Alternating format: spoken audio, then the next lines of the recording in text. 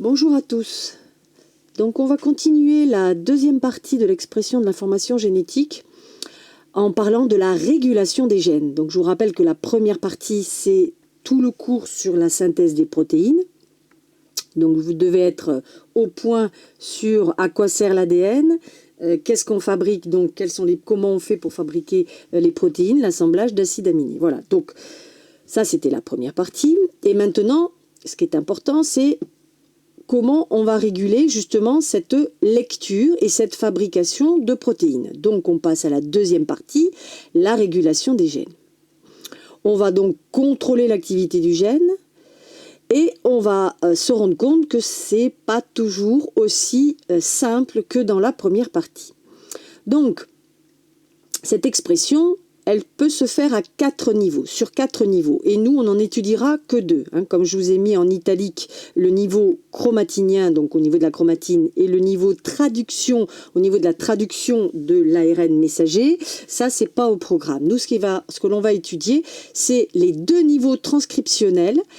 Donc transcription, si vous avez bien appris votre première partie, c'est donc la première étape au niveau, dans le noyau, au niveau donc de la copie de l'ADN en ARN messager.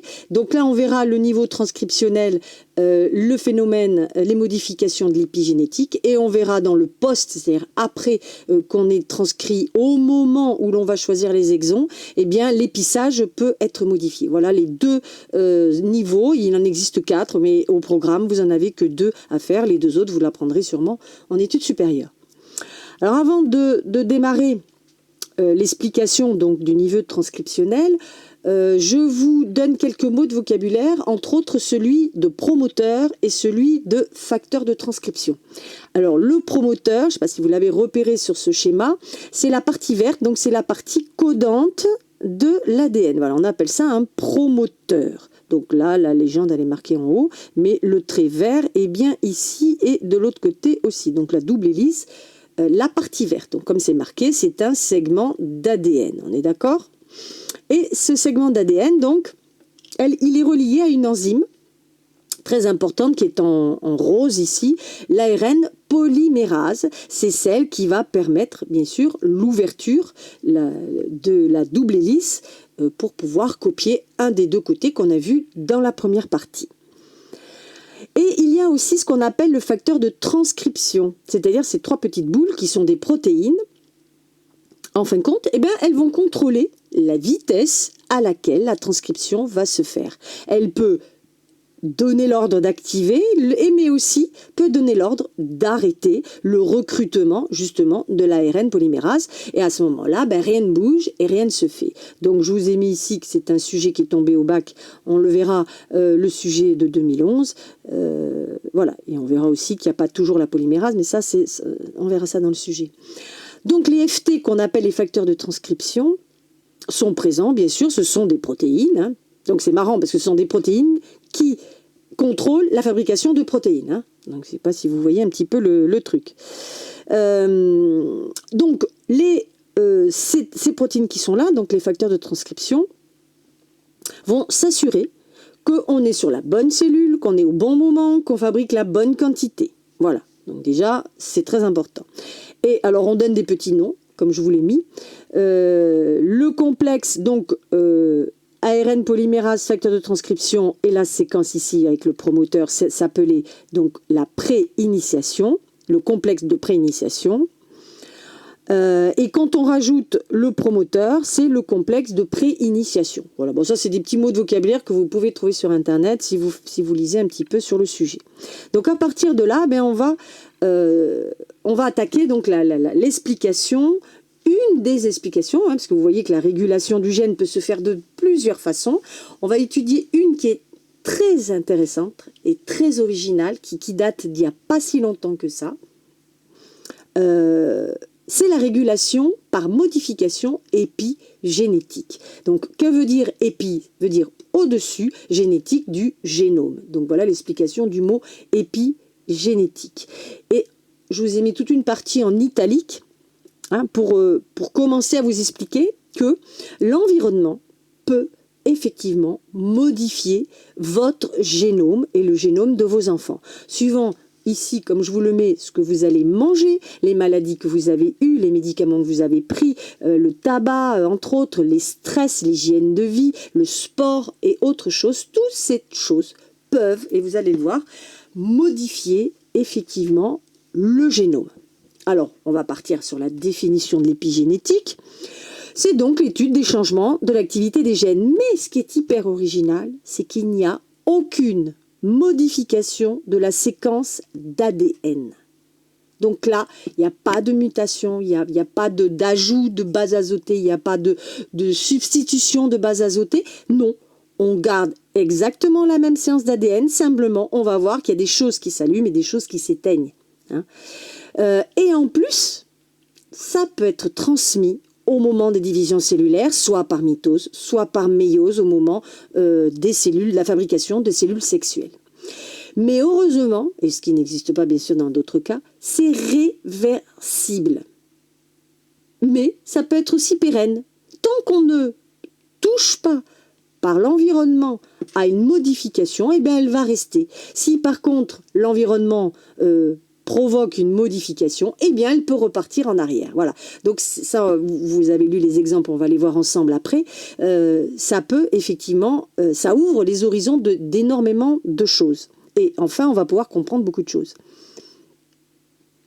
Donc, est-ce qu'un gène va être utilisé ou pas à cause de facteurs épigénétiques? On va le voir. Alors, je vous ai remis ici la composition donc d'un chromosome. Là, c'est un chromosome qui a 2 chromatides, qui est en phase de multiplication. On voit qu'il se déroule, et que, en fin de compte, si on regarde bien, il s'enroule autour des petits histones qui sont en violet, qui sont des protéines, entre autres.